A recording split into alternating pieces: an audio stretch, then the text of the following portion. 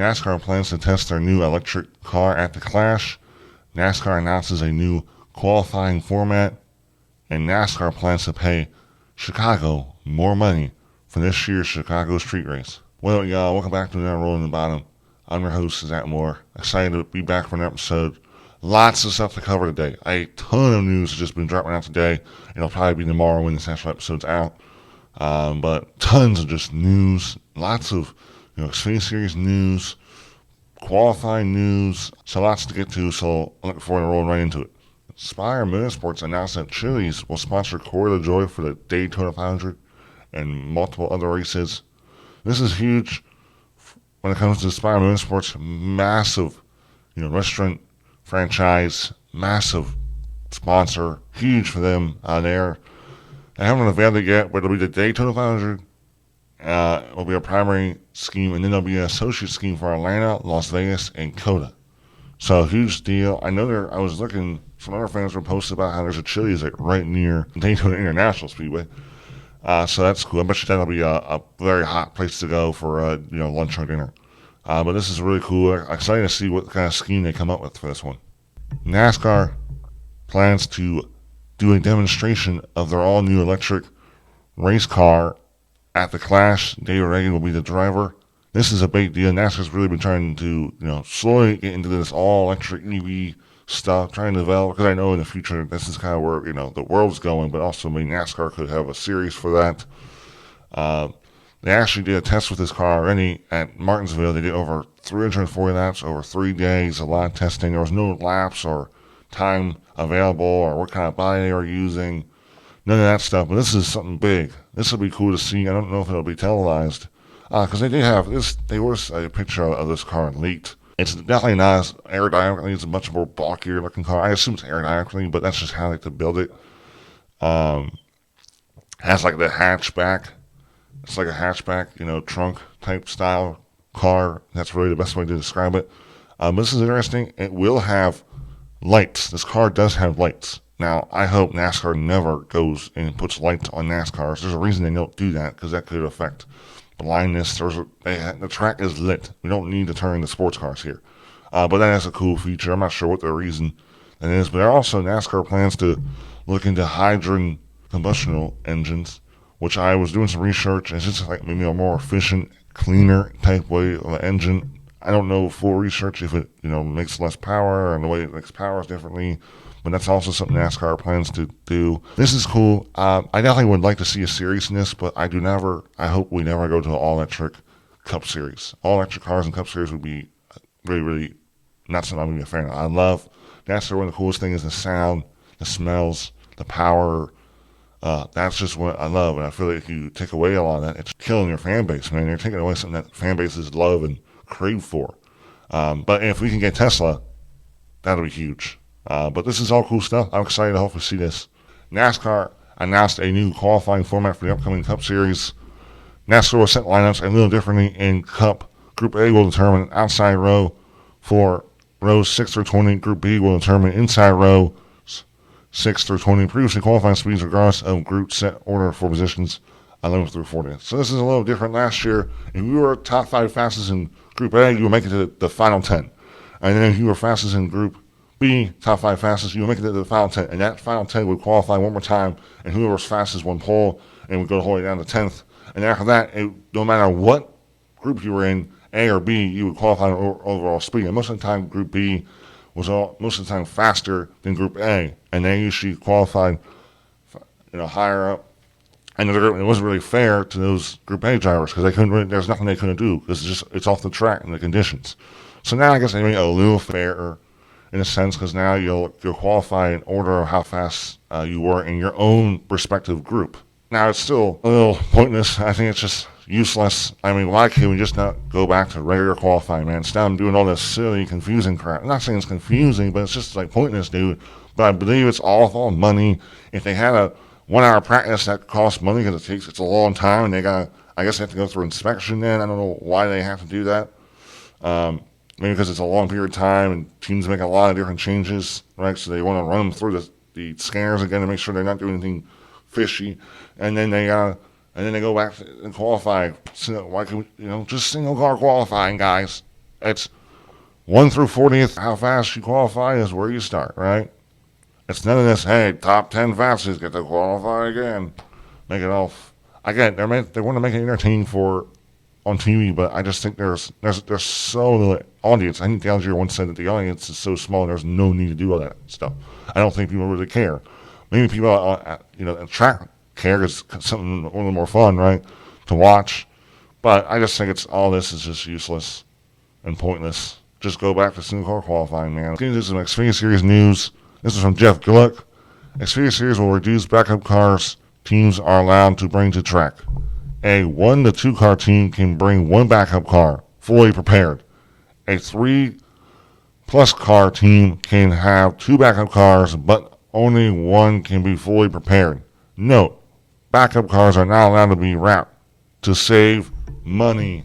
I don't know why I guess it's all meant to save money or, cut costs for teams where they don't have to prepare as many cars, but that's also, then you have to be careful. You're hopefully not, if you're a 2-car team, you only got one backup car, hopefully both of your guys don't wreck, and not saying, that's very unlikely, hopefully, right? Interesting. It's another, and it's really just meant to save money, pretty much, I think is what it is. Another one. NASCAR is going to make those gas cans lighter for those people, for those gas men, right? We need lighter gas cans. This is from Jeff Gluck. Xfinity/Truck Series moves to a 9-gallon dump can for fuel. Holds 2 gallons less than the current can. Why? Teams wanted to have options for a smaller/older, weaker person being able to be the gas man/woman instead of spending money on a big pit crew. Wow. Crazy. I guess those big boys cost a lot more cheese and dough to pay for, right? They want to, so teams can hire a weaker, lesser capable person to do the gas can filling, right? I don't know. As long as this doesn't affect how much gas you put in the car at a stop, I don't care. I just think it's kind of funny that so the weaker people that don't put the same work as these other athletes and these strong men do. That's why they're making this change, right? It's kind of silly. But I guess, hey, whatever can help teams save money is important because that's what NASCAR is all about. Any way we can make things cheaper for people, that's always a great thing. Another thing, when it comes to live pit stops for Xfinity and trucks, both Xfinity and trucks will feature live pit stops again in all races in 2024, including standalone races. So I think a standalone races mean like when the truck series goes to like Milwaukee Mile and it's just the only series really there. That's kind of why, right? So that's cool. I like live pit stops are really entertaining as a fan. They're fun to watch, great for fans. Then that old boring 5 minutes to get your car ready, put some tires on it, right? Actually, a lot of that whole live pit stop stuff again was to help for teams to save money, help NASCAR to help those teams not have to pay for many pit crew people to come to the track. Flight expenses. It's another way to help make it cheaper for teams because that's what NASCAR is all about. Cheaper. Another interesting thing I wanted to bring up. This is from Bob Pockris. After the Daytona 500, NASCAR will do more paving in areas of Ryan Preece's wreck at Daytona to remove grass. Had some prior to the Rolex 24, also remove rumble strips in areas and remove rumble strips at the Glens bus stop. Will add rumble area in turn 1 where drivers go wide at the Glen. So there was some talk that after that Preece wreck, the grass was a big factor in that car getting huge air. So I guess they say put pavement down, doesn't allow that. And there's a picture. It's pretty much the grass that was there was right before the chicane, so it's paved there. I guess they're going to get rid of all of that probably and have no grass there in the backstretch. But now when it comes to the Watkins Glen changes, I guess they had rumble strips in the chicane. So I don't know if they're talking about the curbs. Hopefully not the curbs. Don't get rid of the curbs. But I guess there was rumble strips maybe in the back. There was this paved off area. There was rumble strips there to help people from going off there. I don't know exactly where these rumble strips were. I couldn't notice them on TV. But I guess they're getting rid of them. But then they're going to add rumble strips to turn 1, which I think is a big deal because that was an area that you could see the entire field went off in that excess road pavement. And just like, it was so like, what are we doing here? They're using the whole track, right? Now, to me, it may keep them off it, but it won't be as big as it still won't be that big of a punishment going in that area. Meaning, like, if you make a mistake in a turn one, you may go up to that area, but it's not going to risk damage to your car. And this is the thing, man. Wouldn't it just be cheaper to just get rid of that pavement and then put grass back down? I think it wouldn't be that expensive. I don't know why they done. Well, I'm not even sure why they did it in the first place. Because that actually, they had to spend money. Pavement, it costs a lot to pave and stuff. I don't know why it wouldn't just be cheaper to put grass back down.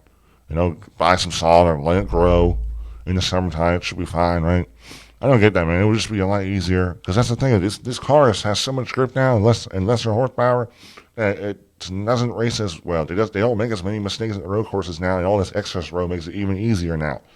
So, I guess, you know, I'm a fan of some of the changes to hopefully keep them from going into that excess area, making it maybe a little more challenging, giving them more of a penalty if they make a mistake. So I'm looking forward to it, see how much of an effect it really does.